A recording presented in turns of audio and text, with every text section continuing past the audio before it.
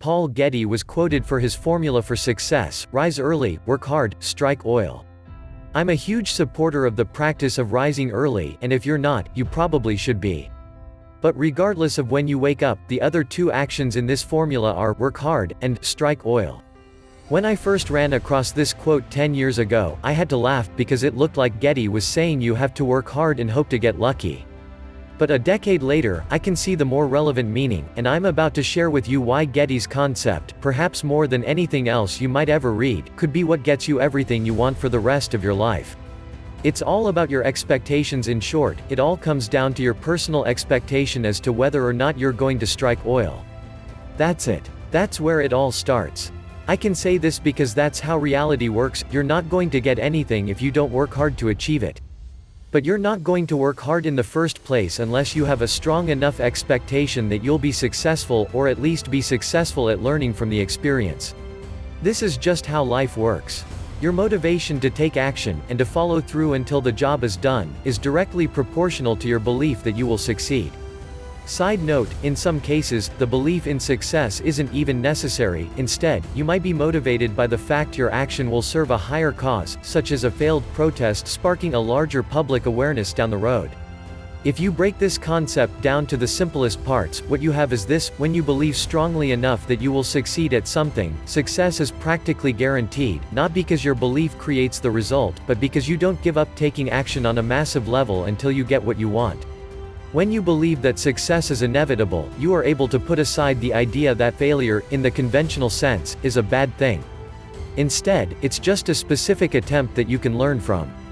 Another life lesson to be accepted and consumed, not feared.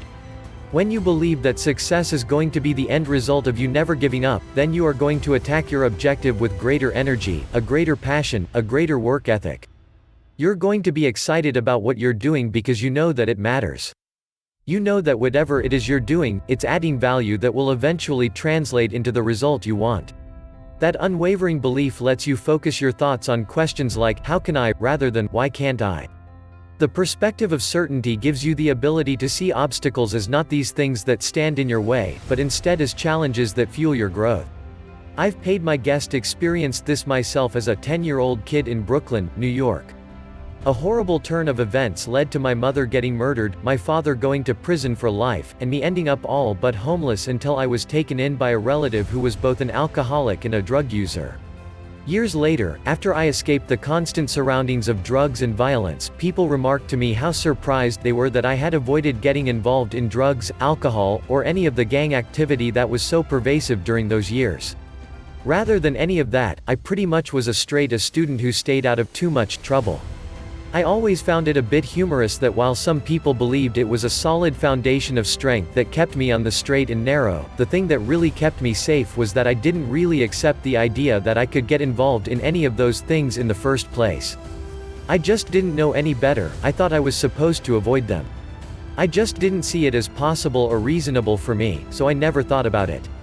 Those things were problems other people got involved in, but not me. In fact, I viewed the daily challenges I faced as tests that were there to make me stronger, so one day my life could make some kind of difference. And poof, that's exactly what happened. The point of all this is that all of my actions were driven by a firm belief that I would succeed eventually. That I would get through it all and come out okay on the other side. That I would strike oil. And it's no different than the mindset you have to adapt to make any of your goals, dreams, objectives a reality.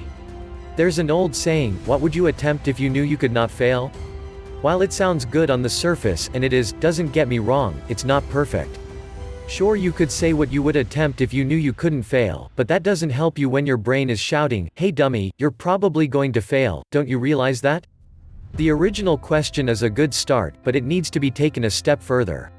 Instead of wishful thinking about what could happen, I've found a better question is more along the lines of what will you attempt knowing that you will ultimately succeed, despite all the failures that are sure to come along the way.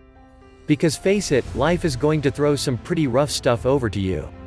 You're going to have a lot more go wrong than you'd ever hoped for.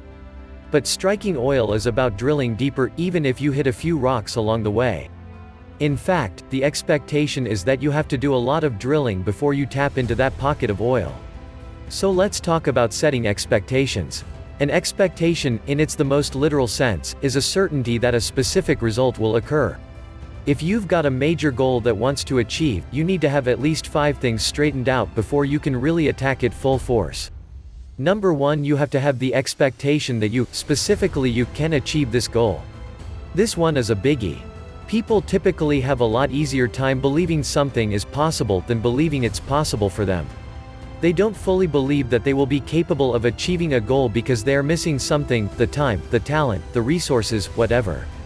They have an unwritten expectation that they will not be one of the people who has what it takes. That's a load of garbage. If you believe that even just a little bit, then it's going to seriously damage your ability to take action. You're never going to give 100% and stick with it until the job is done. If this is you, you need to fix this first. Stay tuned for an upcoming article on how to do just that. I'll link to it here when it's ready. Number 2, you have to have the expectation that you will close the resource gap, no matter how wide it is. This one is also a biggie.